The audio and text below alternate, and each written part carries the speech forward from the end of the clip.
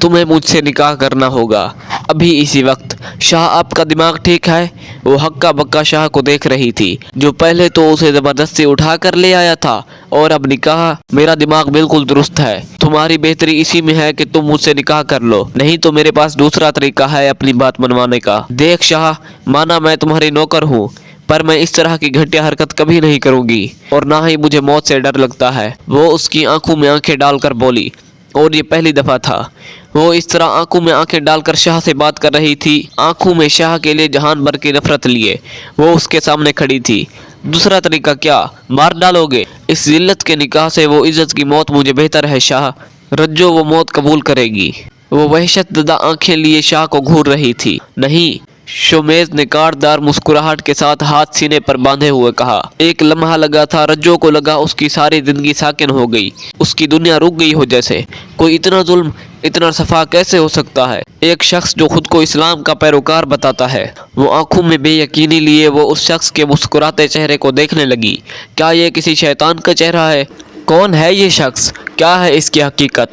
चेहरे पर एक रंग आ रहा था, एक जा रहा था। शोमीज शाह। शोमीज अब मजीद कुछ न बोला। बताओ, अब निकाह करोगी या नहीं? ईरान का एक बादशाह सर्दियों के शाम जब अपने महल में दाखिल हो रहा था तो एक बूढ़े दरबान को देखा, जो महल के सदर दरवाजे पर पुरानी और एक बारीक वर्दी में पहरा दे रहा था। बादशाह ने उसके करीब अपनी सवारी को रुकवाया और उस ज़ईफ दरबान से पूछने लगा, सर्दी नहीं लग रही?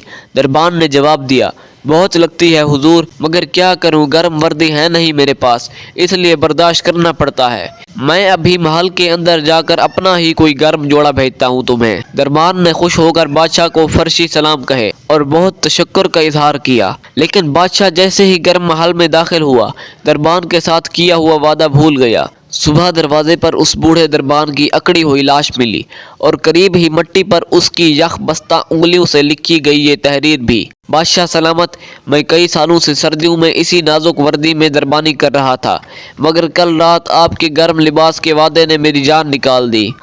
सहारे इंसान को खोखला कर देते हैं, इसी तरह उम्मीदें कमज़ोर कर देती हैं। अपनी ताकत के बलबूते पर जीना शुरू कीजिए। खुदारा सहारों की बसाखियां फेंक कर अपनी ताकत आजमाएं और अल्लाह पर यकीन रखकर कोशिश करते रहें। वो कभी ना अमीन और नाकाम नहीं छोड़ेगा।